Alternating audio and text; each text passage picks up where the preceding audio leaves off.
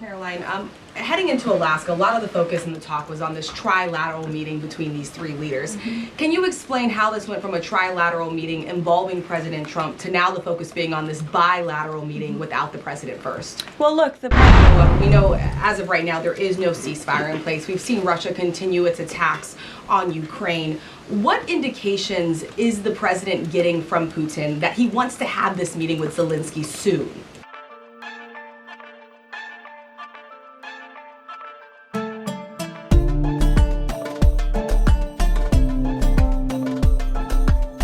Thanks, Jack. Kelly. What has President Trump learned that tells him that Vladimir Putin would be willing to make a deal for him, for President Trump?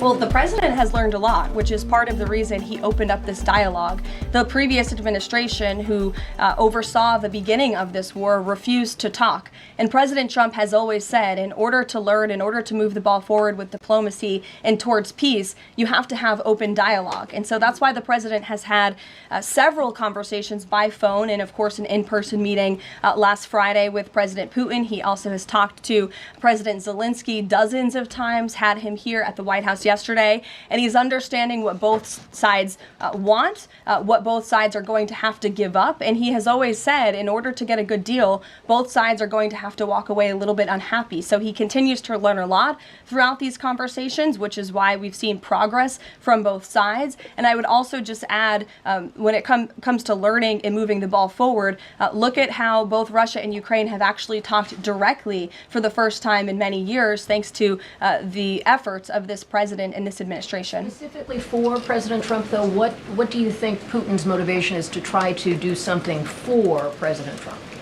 as opposed to just resolving the conflict? I think, as I just spoke to in my opening remarks, Kelly, Russia and all countries around this world actually respect the United States again. And the president is using the might of American strength to demand that respect from our allies, our friends, our adversaries all around the world. And we've seen that not just lead to progress with Russia and Ukraine, but also we've seen it in the closing of 7 global conflicts around the world as well. We've seen it with the release of hostages in Gaza. You've seen it with the end of the conflict between India and Pakistan, which could have resulted in a nuclear war if we had not had a president who believed in the strength and the leverage that comes with the job of being the president of the United States of America. Rachel. Thanks, Caroline. Heading into Alaska, a lot of the focus and the talk was on this trilateral meeting between these three leaders. Can you explain how this went from a trilateral meeting involving President Trump to now the focus being on this bilateral meeting without the president first? Well, look, the president has spoken to both leaders about this, and both leaders have expressed a willingness to sit down with each other. And so our national security team will help both countries do that. Ultimately, the president has always said that there are areas of disagreement in this war that will have to be discussed and decided upon by these two countries. And so he wants these two countries to engage in direct diplomacy. He's said that from the very beginning, which is why he's agreeable to the idea of having President Zelensky and President Putin get together. And I understand accommodations for that meeting are underway. As soon as we hear more details, we'll be sure to let all of you know. And just a quick follow-up. We know as of right now there is no ceasefire in place. We've seen Russia continue its attacks on Ukraine. What indications is the president getting from Putin that he wants to have this meeting with Zelensky soon? Because he spoke to him directly yesterday. And he expressed that Haley, sooner rather than later. He spoke to that directly yesterday, and the president put that in his statement that he gave to all of you, the news media, knowing you'd be asking following that conversation in the effort of transparency. Haley. Hey, thanks, Caroline. You made clear note U.S. boots on the ground. Is the president considering U.S. boots in the air as a form of a security guarantee? Look, that was something the president mentioned on his interview this morning. It is an option and a possibility. I won't certainly rule out anything as far as military options that the president has at his disposal. I'll let him do that. I can tell you he's definitively ruled out boots on the ground. Sure. Thanks, Caroline. Just about the possible venue for the talks, can you confirm that Putin suggested Moscow as a venue for the bilateral talks? And if so, doesn't that indicate that Putin is perhaps not serious about this, that he's suggesting a venue that there's no way that Zelensky is going to go to? Look, I'm not going to litigate the private conversations between the president and President Putin, aside from what the president himself has already spoken on. But I can tell you there are many options that are being discussed by our national security team right now with both parties. Can you give us an indication of where? I just told you we'll provide you details as soon as we can. Thank you for trying, though. Libby. Thank you, Caroline. I wanted to ask about the National Guard troops. How is the White House coordinating with how they're being placed in D.C., what areas?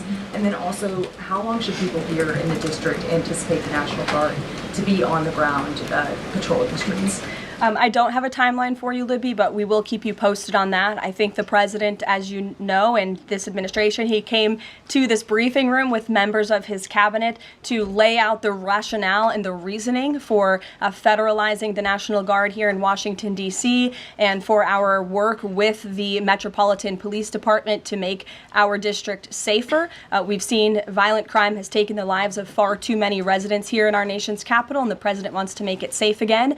And as for the coordination efforts, this interagency team is meeting and talking daily. In fact, there's a meeting taking place right now in the West Wing with members of the interagency task force to continue to discuss not just the National Guard deployment, but also how we can continue to remove public safety threats off of the streets of Washington, which, as the numbers I just showed you prove, they are doing every single night. I will just reiterate, 465 total arrests and counting since the start of this operation. I believe 11 or 12 days ago. I'll have to check the calendar, but those are pretty remarkable results. If not for this task force and their high level of coordination and the leadership of this president, there would have been 465 more violent criminals on the streets of this capital that you all live in every day. So I think we should all be very grateful for that. Stephen. Thank you, Caroline. 3 questions about the D.C. crackdown. Sure.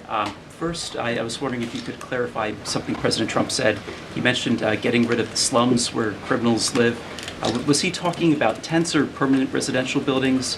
And then the mayor has expressed an interest in clarifying how much of a focus illegal immigration enforcement is as part of this crackdown. Can you say anything about that? Sure. And third, any preview on the beautification?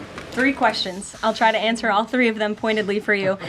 First, when it comes to what you said and the president said, the slums of Washington, D.C., he's referring to the most dangerous communities, neighborhoods, and streets in this city where, unfortunately, violence has ravaged these communities and taken the lives of, again, far too many law-abiding D.C. residents. We know on July 5th of this year, just more than a month ago, a 3-year-old beautiful young girl was shot and killed in her car with her family in one of these communities, which is why there has been a surge, despite what many of you have been falsely reporting. And I believe it was the Washington Post who put out a map claiming it to be fact-based when it was just based on, I don't know, accounts that they've heard on the street, not actual statistics and data. So we went and reconfigured the numbers, and as I said, nearly half of all the non-illegal alien-related arrests have occurred in wards 7 and 8 in the District of Columbia, where we know, excuse me, there's the highest rate of crime. So we'll continue to do that. And what was your second question, Stephen? Legal immigration,